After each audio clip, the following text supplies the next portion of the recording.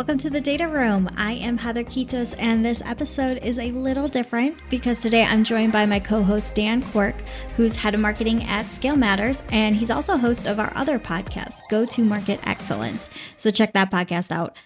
We are excited today to welcome to the podcast Sangram Vajre, who is Chief Evangelist and co-founder of leading account-based platform Terminus. You might also know Sangram as author of the popular books ABM for Dummies or ABM is B2B. And today we're going to chat more about his experience authoring his latest book, MOVE, which you can see on themovebook.com. Sangram, welcome to the Data Room. Hey, Dan, Heather, excited to be back in here with you guys. I am super thrilled with what this book is bringing out and the conversations that are happening. So I appreciate the opportunity. So Sangram, we know you've come up with some pretty popular frameworks in the past, whether that's Flip My Funnel or Team for some examples. In this book, you share with us about the MOVE framework. So can you give us a little bit of an overview on what the MOVE framework actually is? Before I introduce the MOVE framework, there's another framework in the book, which is really what Christopher Lockett hates, and which I really think is the reason why this book would actually be more taken and remembered than just the MOVE framework. Because one is the C-level executives. Since the CEO owns it, the CEO doesn't talk about leads and accounts and all that stuff. Like, they're talking about what stage of the business I'm in. So the framework that we have in the first framework in the book is the 3Ps framework, which is problem market fit, product market fit, platform market fit. All businesses are on a journey to crusade through this literally 3Ps. And a lot of companies don't make it. It's not that the vision is bad, or it's not that your team is bad. Most companies fail because they can't figure out how do you transform your business from one stage of problem to product, or product to platform.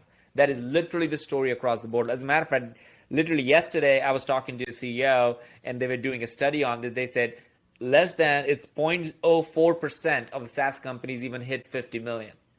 0.04.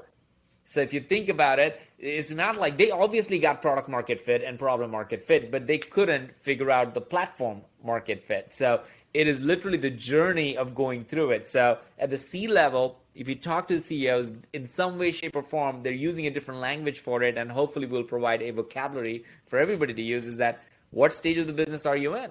And once you figure out what it is, the question, the alignment of your team, and everything is about, okay, we are in product market fit, which means we have a repeatable, scalable business right now.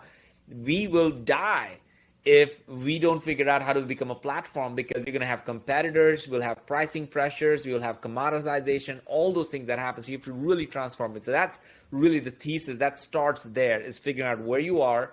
And then from there, really, then you can jump into the MOVE framework, which literally stands for those 4 letters. Like, as you said, like every time I've come up with something, it stands for something, it is something in general. The MOVE framework is all about how do you market to the companies and the people that you want to go after, right? That is hard for people. And regardless of what stage of the business you're in, you have to figure that part out. Like, who should you market to?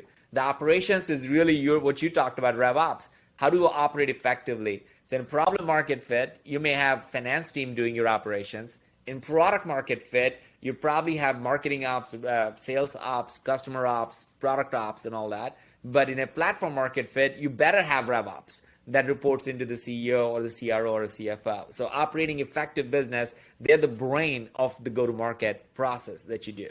The velocity, the V, is about, which is a single most common question everybody asks, when can we scale our business? When can we do that? So that is about making that the ratios in your business, and there are ratios in the book for each stage of the business. You don't need to act like a product market fit if you're in problem. It's one of the reasons people fail is that they try to act like something that they're not. So you need to figure out these metrics, these real business metrics are working, and there are metrics for each of those things. And finally, the question that I know Scott Dorsey said that kept him up at night as they went through public, as they went through the acquisition of Salesforce, was where can we grow the most? A lot of times you may have your sales team. Maybe, if you're like HubSpot, you may have you can have an agency. That 40% of the growth that they have is from agencies. Maybe you are an OEM partner and all of a sudden you're scaling from OEM. Maybe you're a data partner like Bombora right now. They are the underneath of all intent data for most companies out there right now. So where can you expand the most beyond a singular channel of people picking up the phone and calling, like your sales channel? So the MOVE framework, the reason I introduced the 3 Ps before MOVE is because the questions are the same, but the answers are different based on the stage of the business. The metrics are different based on the stage of the business. So in the book, we have templates and playbooks and scorecards that people can literally just download, on the website and get going. That is awesome. All right, so explain some of the nuances between product market fit and platform market fit. Yeah. Well, I'll start even with problem so that people can drive through it. The problem market fit, and here's something that I was shocked to learn. You could be in a problem market fit and be a $30 million company. I always thought, well, that's like ideation, problem market fit. You're just trying to figure out, get 10 customers, and then you get into problem. No. You could be a $30 million company, and the reason you will still be in a problem market fit is because you'll have high churn. And you don't have a repeatable process for your sales team. You always have this heroic salesperson somehow swooping and getting all the numbers up into the right at the end of the month. Like we all know when that's happening, that means you do not have anything repeatable, scalable. You don't have use cases or industries that you can just replicate. So you could be a $30 million company with a very high growth and the retention is really, really bad. So it was, again, another eye-opener, like, okay, this stereotypical thinking of problem market fit being ideation is not true. Product market fit, what we were talking about earlier, is where you actually get repeatable, scalable process. Now you can put more money in, you can go after the same industry. We know that this product sells at this price point. You have tested some of those things, and you're doing really well. But as soon as it starts working great, it's going to start working bad. Because the reason it's working great is because you're the only shop in town that has figured that out right now. And that is for a season of your business. And then you're going to get competitors. You're going to get price things. Your customers who are super successful are going to ask, like, what's next? What else can you do for me? Why am I paying so much for you? I already know all this stuff. So you have to, again, reimagine, transform your business to become a platform market fit. So the nuance there is that in a platform market fit, you add on more products, so it becomes a platform, so you can have a greater wallet share, more retention, and all that stuff. But your market also expands. Until this point, your market didn't expand. Your problem and product, your market is still small. That's what you're going after. You're still trying to prove yourself. Now in a platform market fit, even your market expand because now you're selling marketing, sales, customer success, all different functions. For example, in a case like Salesforce, they were doing sales CRM until they perfected the sales cloud, which was the product market fit. Then they got into marketing cloud and service cloud and all those stuff. You think about Morning Brew as an example. Let's take a B2C example, or Skim. Both those newsletters, they started to have a clear email newsletter for a business person that millennials wanted to be and learn business, the language. That's what it was for. In 2018, they became a $3 million business on that one channel. They got a product market fit. And now they have a $20 million business with multiple newsletters for retail and marketing and manufacturers. So they started creating multiple newsletters for it. You can use even Joe Rogan, like talking about podcasts. Like Joe Rogan started his podcast, I don't know if you guys remember, in 2009. And during that time, he literally answered questions on Twitter. That's all he did. In 2011, he became the biggest thing, because there were not that many who were doing it consistently. He became the best podcaster in the world in 2011, focusing on one channel, product market fit. And now he has a $100 million deal with Spotify to expand and become a platform market. So it goes across B2B, it goes across B2C, it goes across personal brand, podcast, all that stuff. So those are like very little but very important nuances as companies transform or brands transform from one stage to another. Wow, that's so super funny. interesting. Yeah. I actually, I subscribed to Morning Brew. It started with Morning Brew, right? And now I'm subscribed to all of them because and you love it. Exactly what you said. I Yeah. can't get enough of it. They take up my whole email inbox, and yet love it. Can't delete it. So so are you saying then, when it comes to like go to market, companies, the reason why it's broken is because companies don't know at which stage they're at, whether that's problem product, platform. Is that what your kind of argument is? So two arguments there. One, every time I've done this as part of the research, I've done this with like hundreds of companies, and one of the goals is to do in next 5 years to help transform 1,000 companies. So I'm literally on a crusade to help transform 1,000 companies that go to market, because that's how I want more businesses to go from 0 to 10, 10 to 50, 50 to 100. Like, we need to have that. The 0.04% is unacceptable. It's not how businesses should be. It's so much work. It's just so much work. Like, it makes no sense why they would fail. But the argument is, if you sit in a room of C-level executives today and say, hey, what do you all think what stage of the business are we in? You will immediately hear some people say we're in stage 1, and then some say and start refuting that we're on second. That's your telltale sign that your go-to-market is broken. Because if your team, this executive team, cannot align on that, like, how the heck is the rest of the organization going to align on anything to drive the business? That's when you see the cracks. There are cracks, but right now everybody's just overworking and they're making it harder for themselves.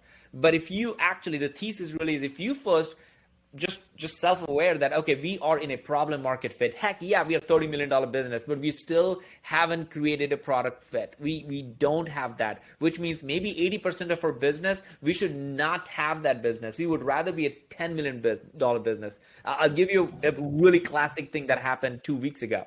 I was in a VC conversation, and they were talking to a $100 million business. And they said, your valuation, and we were talking through this, I can't name because it was a closed conversation. You say $100 million business, your valuation is roughly around $1 billion. And the founder and the CEO was like, oh my, $100 million business. We see $50 million business having bigger valuation. What the heck? $100 million business. They're like, yeah, because if you were a $40 million business and had a over 100% NRR, and if you had these 5 use cases that you're talking about actually working, your valuation will be over $2 billion. But you're a $100 million business, your $60 million business is something that you probably shouldn't have, and you can't get rid of it because you now have it and you have all these things. So your cost basis has gone more. So that was like an eye-opening. This is what's happening. People are oversubscribing on the top part and not doing as much on the lower. Oh, that's pretty interesting. So I think what really resonates with our audience is that operational part of it, of the MOVE framework, right? So how do you use data, how do you use numbers to kind of sift through people's opinions that what they're doing is great? I was okay with revops before, but I'm like crazy about revops now, right? Like, after the research in the book and seeing it work in our company and stuff. So like, it's very underestimated. So I even have a new reporting structure, how revops should actually work, based on a lot of these interviews and talking to HubSpot, who runs Zach, who runs revops over there, to like small to startup, like it's just across the board. So you guys might actually enjoy that part of it. So Sangram, where can people purchase MOVE? All right. Well, it's all the places where you should go to Amazon. You should be able to see all the books and stuff. And 100% of the proceeds, by the way, for this book for this year goes to New Story Charity, which is ending homelessness forever. It's like one of the best charities. People should just check that charity out. Like, if you don't buy my book, go to New Story Charity, look at them. Like, that's like phenomenal charity. I watched some of the videos about the 3D printed homes. That's unbelievable. So why is New Story something that's near and dear to your heart? Well, I met Brett, who's the CEO of the company. He's in Atlanta as well. And we have just exchanged so many conversations, and I've just seen their heart and work. I love their business model. Talk about business model innovation. It's a charity, but it's not where you don't know where the money is going. 100% of the money that people give them goes directly to the homeless people. Like, it doesn't go, or building homes, sorry. It doesn't go to all the people who work in the company. For the people in the company, they have a separate bank account where people like me, who are founders, are able to fund them. Like, you need to hire the best people to work on these projects. So they have separated out a business administration cost and actual fundraising to help the homeless getting homes and building homes. And they're doing it in a 3D printing, like, innovative way. So I feel great about when there is innovation in business, like nonprofit is waiting to be disrupted, right? Like, for so, sure. so I think they're doing it so well and their hearts are at the right place. They're building communities, which is very much closer to me. They're not building one house at a time. They're building 100 3D printed houses as a community because they have to do it together in bunch. So I just love that as an idea. We need to inspire innovation out there. So what better? This is about innovating your business, go to market. I feel like innovating your house and homelessness, that whole thing. They're doing it the same way. Absolutely. Wow. That's super Awesome. cool. So buy a book, build a house, and transform your go-to-market engine. There you go. That is what I should write down in there. Like those are the 3 things. That should be the email that goes out. Yeah. I love this conversation. This has been really enlightening just across the board about just hearing about this framework.